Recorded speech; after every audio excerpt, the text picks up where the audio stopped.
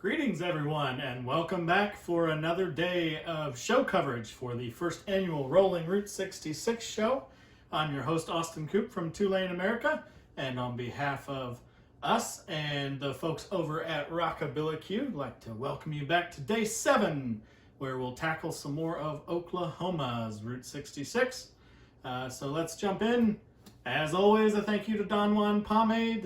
If you've got men's grooming needs, DonJuanPomade.com has you covered. So a big thank you to our sponsor.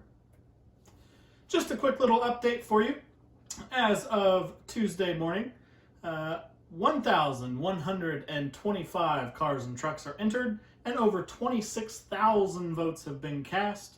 Reminder, 1 vote per person per day, and keep those votes coming. One just quick little housekeeping item that only affects maybe 10 cars or trucks out there. When we first launched the car show, the classes, there was just a little glitch. So you might just take a second to double check that your car shows up in the correct class.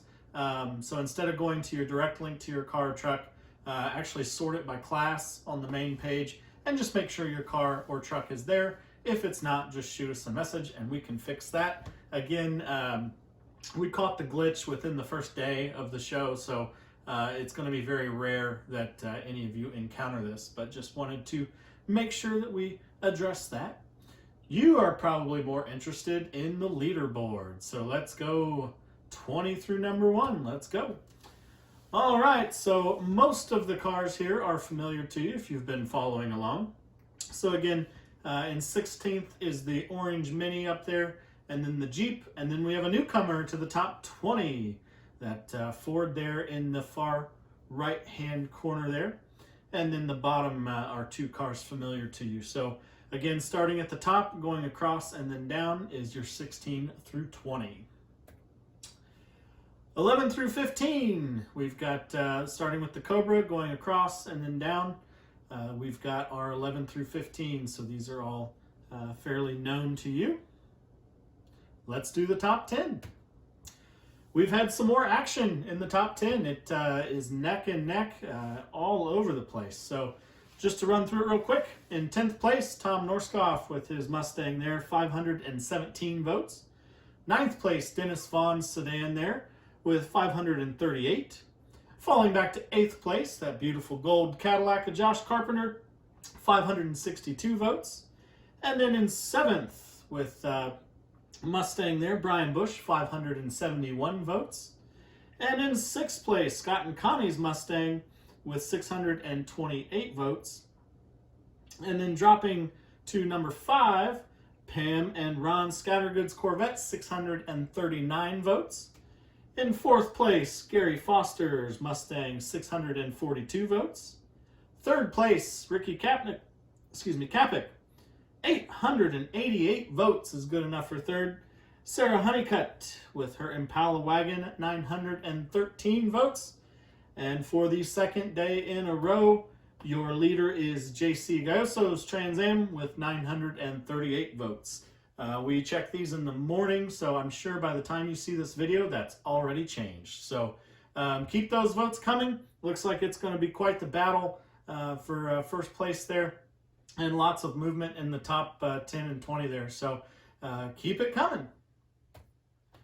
So we're going to tackle the second half of Oklahoma's Route 66, and I said this yesterday. I know I'm skipping over some towns that are great, that have wonderful stuff. So just bear with me. I'm trying to keep these videos as short as I possibly can. So if we're leaving out of Tulsa, it's just a quick little jump over to Oklahoma City. But on the way, there's a few of our favorite little stops. One is the Round Barn of Arcadia. So the Round Barn there actually predates Route 66. So it's a popular little spot for photos. When they're open, you can go inside and take a look around as well. And then Pop Soda Ranch. So Pop Soda Ranch is such a unique example of something totally new being built on Route 66 and thriving. So it is, of course, a gas station that does a great business just for gas. But then it's also cafe diner that serves up everything from milkshakes and things like that. But what most of you know it for is soda. They have almost every type of soda known to man, international sodas. If you can dream it, there's a good chance they have the soda that will suit you there. And they also have the world's largest soda bottle out front, and that lights up at night. Pretty cool to see. Moving on up the road there to Oklahoma City, lots of great stuff going on in Oklahoma City. There's wonderful museums, the Art Museum, the Botanical Gardens, the National Cowboy Museum, lots and lots of good stuff, minor league baseball and breweries. So Oklahoma City is definitely in a renaissance in terms of things to offer there. We just want to point out a couple of the stops that we really enjoy. First and foremost, the Oklahoma City Memorial that honors all those that were killed in the Oklahoma City bombing. It's one of the more moving places we've ever been. Right up there, 9/11 Memorial, things like that. It's right up there with it. It's just so professionally done. Every little thing has meaning, and then the museum itself is truly remarkable. One of those museums where you go through it in silence because it's just so overwhelmingly emotional and well done. We can't say enough good things about the way that they have done the memorial and museum. So we'll show a little video at the end of me talking that'll do a better job. I don't want to camp out here, or I'll talk about it all day, because it's one of my favorite spots that we stop on our Route 66 tours. So there's a couple more pictures for you. In case you're not familiar, they have these chairs to honor each of the victims, and they light up at night. It's truly something.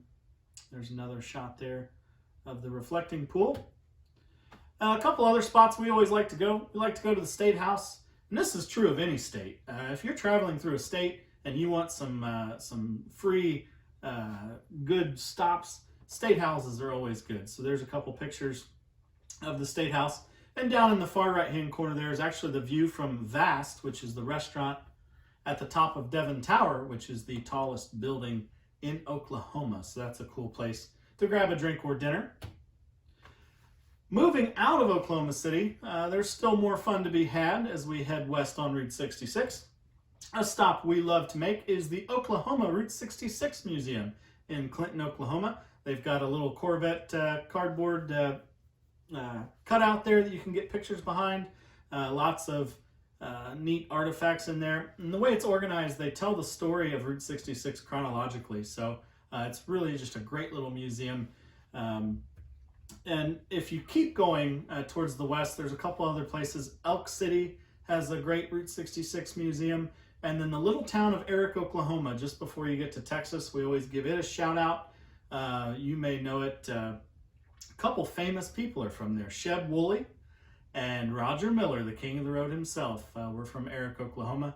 So try to keep a little brief today. And of course, after this, like I said, we've got a great video about the Oklahoma City Memorial, and then your car show, another fresh batch of photos of your cars to enjoy. So stay safe, stay warm, stay out of the snow, and we will see you tomorrow, Wednesday, as we move into the great state of Texas. So,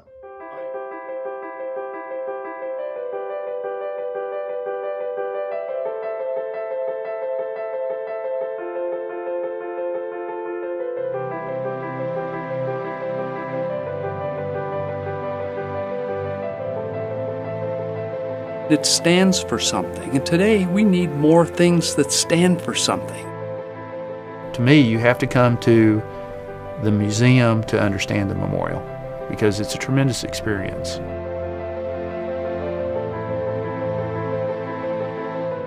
It's very truthful. The whole storyline I thought was very well done.